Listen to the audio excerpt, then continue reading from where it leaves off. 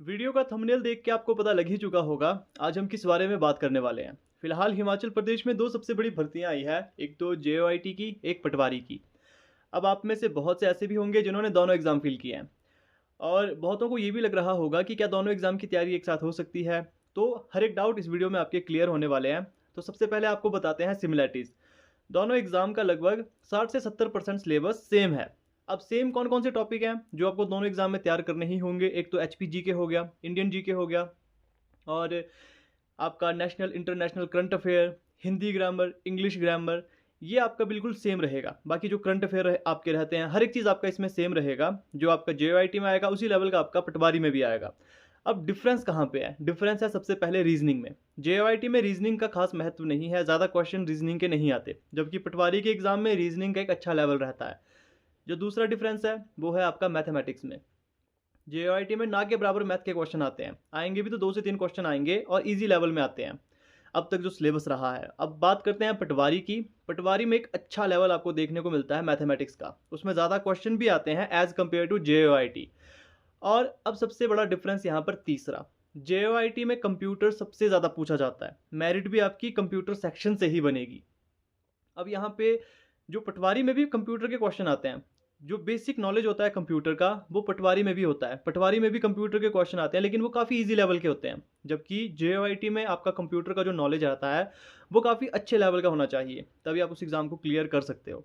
सबसे major difference यहाँ पे है 3 टॉपिक्स में, रीजनिंग, मैथमेटिक्स और कंप्यूटर सेक्शन। अब किन बच्चों को तैयारी करनी चाहिए दोनों एग्जाम की? देखिए, अगर आपको लगता है, ऐसा तो है नहीं कि आपको जेओआईटी के लिए मैथमेटिक्स पढ़ना ही नहीं है। बेसिक लेवल तो आपको तैयार करना ही पड़ेगा, क्योंकि एग्जाम में पूछे जा सकते हैं क्वेश्चन, लेकिन क्वेश्चन की जो संख्या रहेगी वो काफ़ी कम रहेगी। जबकि पटवारी में आपको मैथमेटिक्स पढ़ना ही होगा, वहाँ पे ज़्यादा क्वेश्चन आते हैं।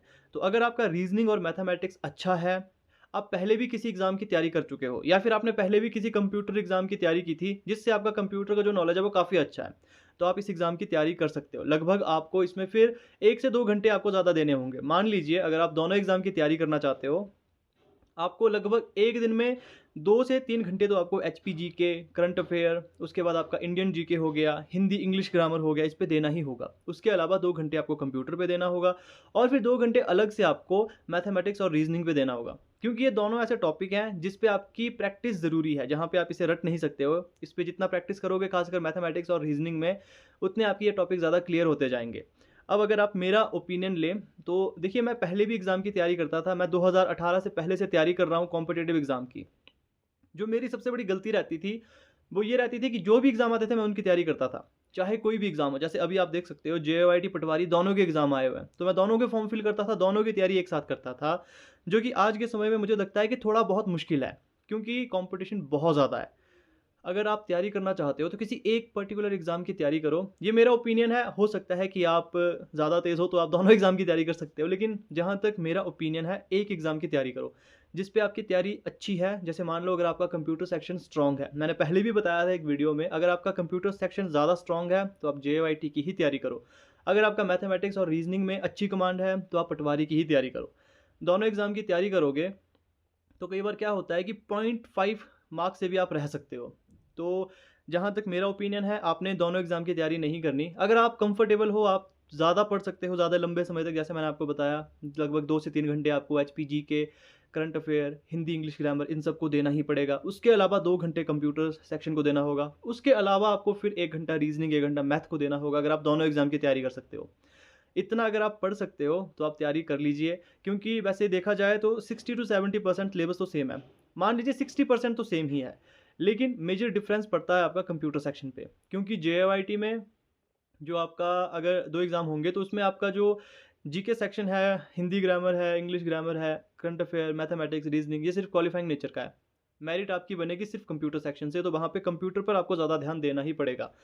तो अगर जहाँ तक मेरा ओपिनियन है, तो किसी एक एग्ज़ाम की तैयारी करो। दोनों के चक्कर में रहोगे तो हो सकता है 0.5 मार्क्स से आप रहो, ऐसा होना नहीं चाहिए लेकिन हो सकता है, क्योंकि आज के समय आपको कंपटीशन पता ही है कितने लेवल तक ये बढ़ चुका है। जैसे हमने पहले एक बात सुनी थी कि जो भी एग्ज़ाम आता है उसे भरते जाओ, किसी न किसी में तो तुम्हारा पैर फँस ही जाएगा। ये हमने बातें सुनी हुई है और इसी बेस पे हम अपनी तैयारी भी करते हैं। आज के समय ये बातें काम नहीं आती। आज के समय हर एक एग्ज़ाम में काफ़ी कॉम्पिटिशन बढ़ चुका है।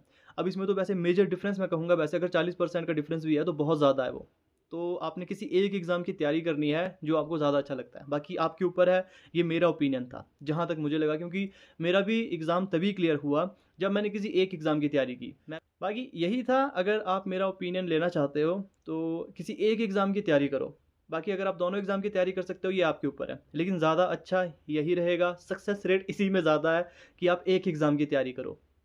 बाकी जो भी अपडेट होंगे आपको डेली मैं देता रहता हूँ, जैसे कंप्यूटर सेक्शन का मैं बता रहा हूँ कौन कौन से टॉपिक आपने तैयार करने हैं। हर रोज़ एक शॉर्ट मैं डालता रहता हूँ, उसे आपने ध्यान से क्लियर करना है, क्योंकि मैंने जब एग्ज़ाम क्लियर किया था तो मैंने भी वही पढ़ा था, और ना मैंने कोई बुक्स ली थी, ना ही कोई कोचिंग क्लासेस ली थी, पेड कोचिंग क्लासेस। बाकी जो फ्री आपके स्टडी मटेरियल है, फ्री कोचिंग क्लासेस यूट्यूब पे है, वहाँ से मैंने तैयारी की थी, काफ़ी अच्छे लेवल में तैयारी हो गई थी। बाकी जो भी आपके डाउट होंगे आप कमेंट सेक्शन में पूछ सकते हो। तो मिलते हैं आपसे नेक्स्ट वीडियो में।